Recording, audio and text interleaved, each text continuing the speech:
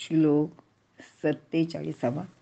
मया प्रसन्नेन तवार्जुनेदं रूपं परं दर्शितमात्मयोगात् तेजोमयं विश्वमनन्तमाद्य यन्मे त्वदन्येन न दृष्टपूर्वम. अर्थ, श्री भगवान म्हणतात, हे अर्जुना, तुझ्यावर प्रसन्न होऊन मी आपल्या ऐश्वर्याचे योगाने हे परम तेजोमय विश्व अनंत व आद्य आहे असे माझे रूप तुला दाखविले आहे. हे आजपर्यंत तुझ्या व्यतिरिक्त दुसऱ्या कोणीही पाहिलेले नाही. विवरण पाहूया. भगवान श्रीकृष्ण अर्जुनाला म्हणतायत, अरे तू वारंवार प्रसन्न हो, कृपा कर अशी प्रार्थना करीत आहेस, पण मी तर तुझ्यावर प्रसन्न झालो आहे असल्यानेच हे विराट विश्वरूप तुला दाखवले आहे. त्याचा अनुभव घेऊन आनंदित होण्याऐवजी तू तर भयभीत झाला आहेस. हे विश्वरूप तुला घाबरवण्यासाठी मी दाखवलेले नाही, तर हे सत्य आहे याची जाणीव तुला होणे गरजेचे आहे. विभूती योगात तुला सांगितले की मी सर्वत्र आहे, पण जेथे कुठे विशेषत्व असेल, विलक्षणता असेल, तेथे मी जास्त प्रकर्षाने अनुभवाला येतो. तुझ्या इच्छेप्रमाणे तुला दिव्यदृष्टी देऊन हे विश्वरूप मी तुला दाखवले. आता यात माझ्या कृपेशिवाय दुसरा कोणताच हेतू नाही आहे. आत्मयोगात हे रूप दाखविण्यासाठी मला कोणाचे मदतीची गरज नाही, तर केवळ स्वतःच्या सामर्थ्याने ते तुला दाखविले आहे असे हे सर्व भगवंत सांगत आहे.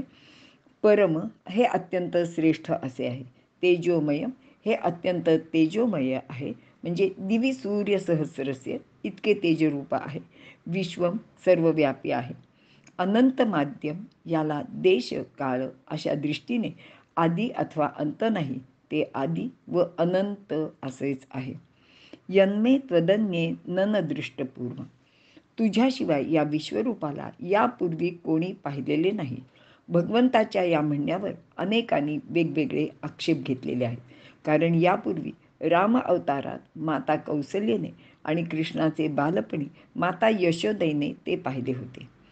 युद्धापूर्वी श्रीकृष्ण कौरव सभेत शिष्टाईसाठी गेले असताना त्यांनी असेच विराट रूप घेतले होते आणि त्यावेळी सभेत उपस्थित असलेल्या भीष्म, द्रोण, संजय, विदुर व अनेक कौरवांनी ते पाहिले होते. तसेच यापूर्वी अनेक ऋषीने, तपस्वी लोकांनी ते पाहिले होते, कारण वेदामध्ये रुद्राचे आणि जगद्द्विज नारायणाच्या विश्वरूपाचे वर्णन आहे. तेही कित्येक सिद्ध पुरुषांनी पाहिलेले होते. शिवाय आता रणांगणावरचा वृत्तांत धृतराष्ट्राला सांगणारा हा संजय अर्जुनाबरोबर ते पाहत आहे. त्यानेच हे सर्व वर्णन करून राजाला कथन केले आहे. येथे एक गोष्ट लक्षात घ्यावी, ती म्हणजे भगवंत एवम रूपः असे म्हणत आहे, म्हणजे हे रूप किंवा अशा प्रकारचे भयंकर विश्वरूप, ज्याचे मुखात रणांगणावरील सर्व सैन्य आपोआप जात आहे, ते भयानक काळमुखी विश्वरूप यापूर्वी कोणी पाहिले नाही. याचा अर्थ आता दुसरे कोणी पाहत नाही असा मात्र नाही, कारण संजय हे सर्व पाहत होता.